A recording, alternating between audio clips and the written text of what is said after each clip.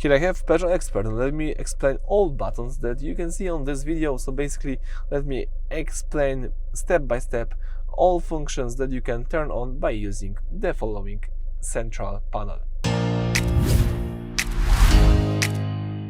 So at the very beginning, let's start from the left side. As you can see, this is the left dial.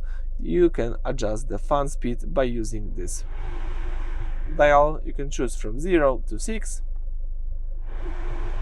As simple as that.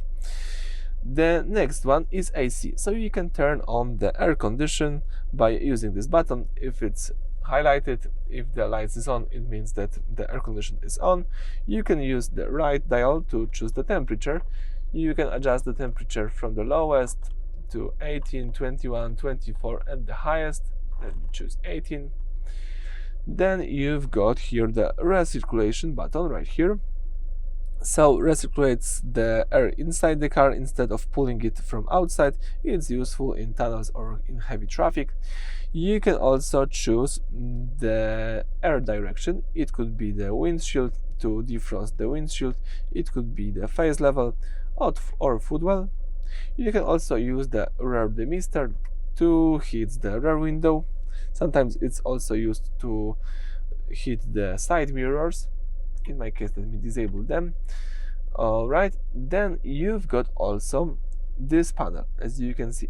And here, what's interesting, you've got, for example, the central lock. Let me just show you. This is the central lock. And as you can see, this padlock icon, this means that this is the central lock button. Press it to lock or unlock all doors. You can just lock or unlock the rear doors, the door on the back of the car.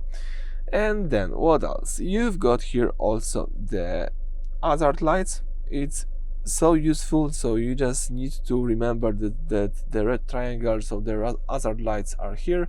You can press this to flash all turn signals simultaneously in an emergency situation. And next to hazard lights, you've got this traction button. So the car sliding icon, basically this is the electronic stability control. You can disable the electronic stability control by pressing this button. It's used to disable traction control, which can be helpful if you are stuck in deep snow or mud.